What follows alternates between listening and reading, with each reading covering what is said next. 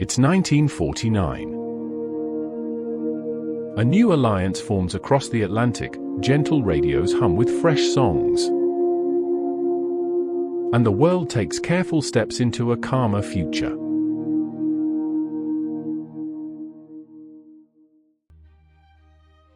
Hello, my friend, and welcome back to Toro's History Lullabies. Tonight, we're drifting together into the gentle, steady rhythms of 1949, a year resting between two eras, holding its breath softly as it prepared for a new decade to unfold. Though the world still carried memories of recent hardships, 1949 was filled with quiet rebuilding, new ideas, and small, hopeful beginnings. As we wander through its streets, you'll hear the murmurs of newly tuned radios, the clatter of trams finding their roots again, and the soft rustle of newspapers telling stories of a world learning how to stand tall once more. You'll meet new inventions, books that stirred comfort, and the peaceful rituals of everyday life. So settle in. Let your shoulders drop. And let's drift, ever so gently, into the soft, unfolding world of 1949. World events. In 1949, the world felt like a sunrise after a long dusk, delicate, gradual, warming the horizon bit by bit. Nations continued to rebuild, communities rediscovered their rhythms, and conversations across borders grew more thoughtful, steady, and resolute. In April, a group of countries gathered in a spirit of mutual reassurance to form NATO, the North Atlantic Treaty Organization. While the alliance was political in nature, many ordinary people experienced its arrival simply as a sense of calm. A promise that cooperation could keep storms at bay. Newspapers explained it with careful words, neighbors discussed it over morning bread, and families hoped for a safer world for their children. Elsewhere, sweeping changes were unfolding in Asia. China, after a long period of conflict, saw the establishment of the People's Republic of China in October. Cities and villages buzzed with both uncertainty and hope as a new chapter began. People across the globe watched from afar, listening through crackling radios and reading thoughtful analyses in newspapers. Despite the complexities, most individuals simply wondered how daily life might shift, how families might fare, and how the vast nation would shape its future. Meanwhile, in Europe, West Germany adopted a new constitution, quietly forming what became the Federal Republic of Germany. Citizens described the sensation of stepping into a renewed civic life. Lining up to register for elections, attending town meetings, or watching local governments slowly reassemble. The air held a mix of caution and aspiration, like seedlings reaching toward the sunlight. In the same year, the Council of Europe was established, a symbol of continental cooperation. Though its creation sounded formal, its impact touched everyday life through cultural exchanges, student programs, and budding conversations about shared identity. Across the Pacific, Japan continued its gentle recovery. Trade reopened, factories resumed their quiet hum, and school children returned to classrooms where new textbooks were beginning to appear. Amid all this, humanity celebrated something that lifted hearts everywhere. The first successful worldwide photograph from space. Taken by a camera carried aboard a VE-2 rocket, the images revealed Earth's curvature, a delicate blue arc that made people whisper with awe. It was a moment of wonder, a reminder that even as nations found their footing, the human imagination could still rise.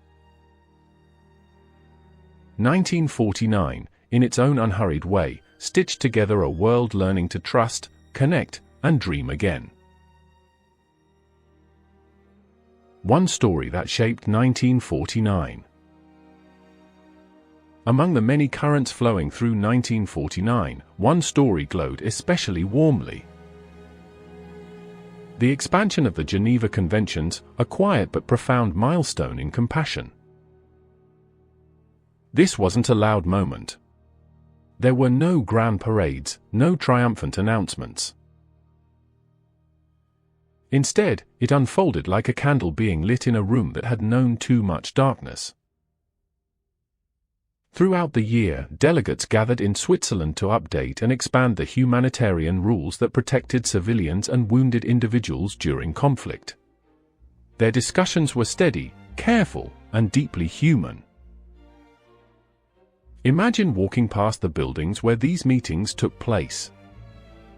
You'd hear soft footsteps in corridors, pens moving gently across documents, and the low murmur of translators weaving one language into another.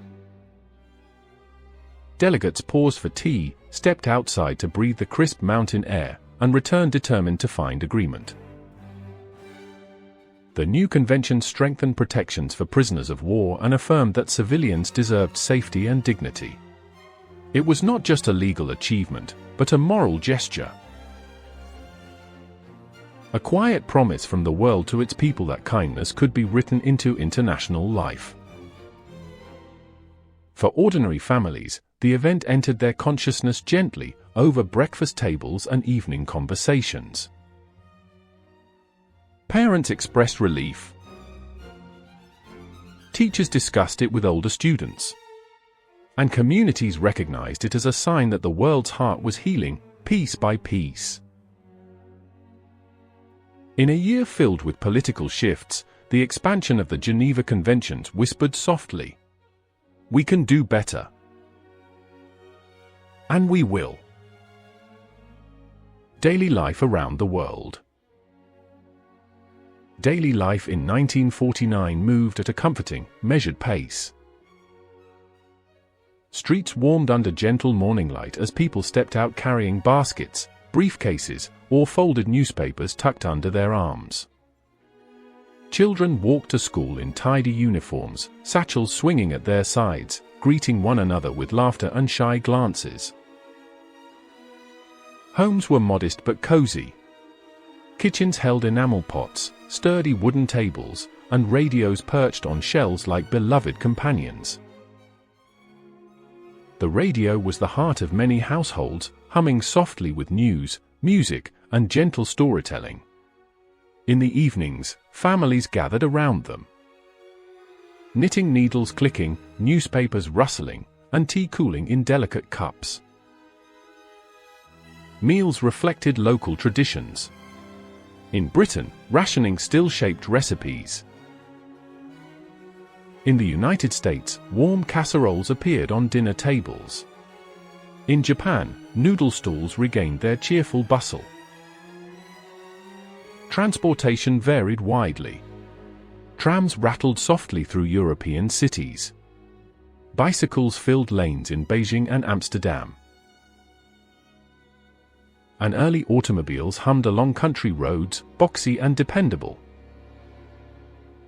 Entertainment blossomed in small, gentle forms. Children played hopscotch and marbles. Teenagers experimented with rolled sleeves and bright scarves. Adults visited cinemas to enjoy stories starring Ingrid Bergman or James Cagney, then strolled home holding warm pastries wrapped in paper. In many homes, sewing machines whirred as clothing was mended rather than replaced. Newspapers carried homemaking tips, cartoons, and puzzles. And refrigerators or electric irons, new to many families, inspired small celebrations. Daily life in 1949 felt like a deep, collective exhale. A slow return to comfort, routine, and quiet joy. Science, inventions, and technology. Science in 1949 moved quietly but confidently, like a lantern guiding humanity forward. Laboratories glowed softly as researchers studied circuits, medicines, and the patterns of nature. In medicine, penicillin continued to save lives, bringing shorter recoveries and gentler futures. Families everywhere felt a renewed sense of safety. Technology advanced steadily. Early computers, large enough to fill whole rooms, performed calculations that once required groups of mathematicians. Though few ever saw one, the idea captured imaginations. Machines that could think. Household appliances improved too. Electric mixers, vacuum cleaners, and washing machines eased chores and gave families a bit more free time. Television glowed gently in more homes. Broadcasts were limited, but cherished. Variety shows, news programs, and light-hearted comedies shared in dim living rooms. Airlines expanded their routes, early rockets reached higher skies, and the dream of exploring space shimmered faintly on the horizon. Innovation in 1949 was quiet, steady, and full of wonder. Culture and the arts. Culture in 1949 shimmered like warm lamplight, soft, expressive, and deeply human. Cinemas welcomed audiences to see The Third Man, Adam's Rib, and Pinky. Stories that lingered gently in the mind long after the screen faded to black. Music floated through open windows. Jazz evolved with the artistry of Charlie Parker and Miles Davis. Crooner melodies by Nat King Cole and Frank Sinatra soothed listeners everywhere. Bookshelves grew with beloved titles. George Orwell's 1984 stirred imaginations, while other novels offered comfort and adventure. Libraries filled with quiet footsteps and turning pages. Art explored emotion through color and abstraction. Sports rebuilt their joyful rhythms, stadiums, fields, and local clubs echoing with renewed cheer.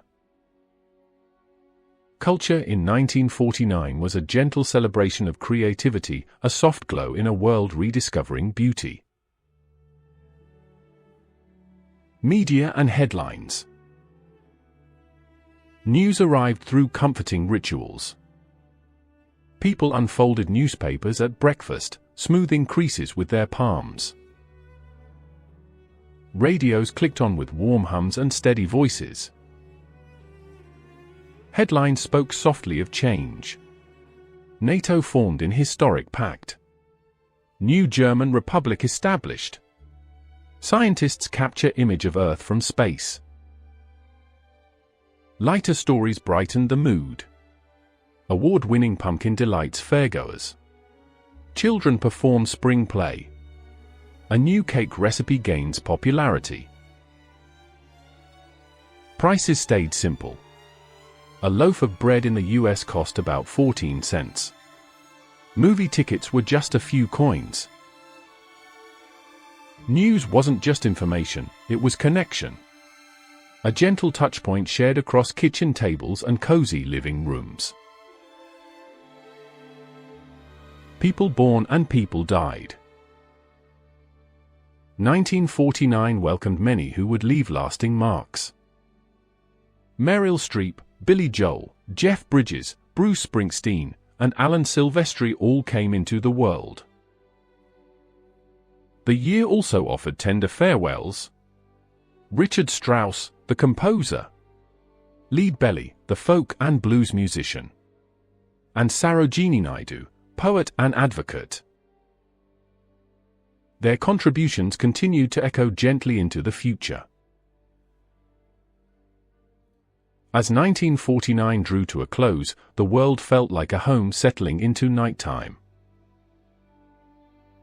Streets repaired, shops reopened, communities rekindled. People looked around with gratitude and a quiet sense of possibility.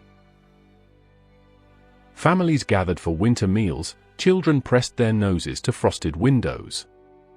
Radios played gentle year-end reviews, their narrators speaking softly of progress and resilience.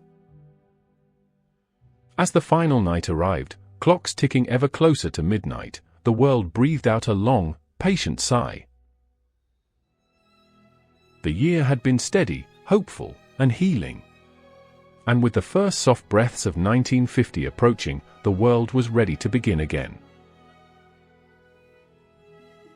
Thank you, my friend, for drifting through the world in 1949 with me.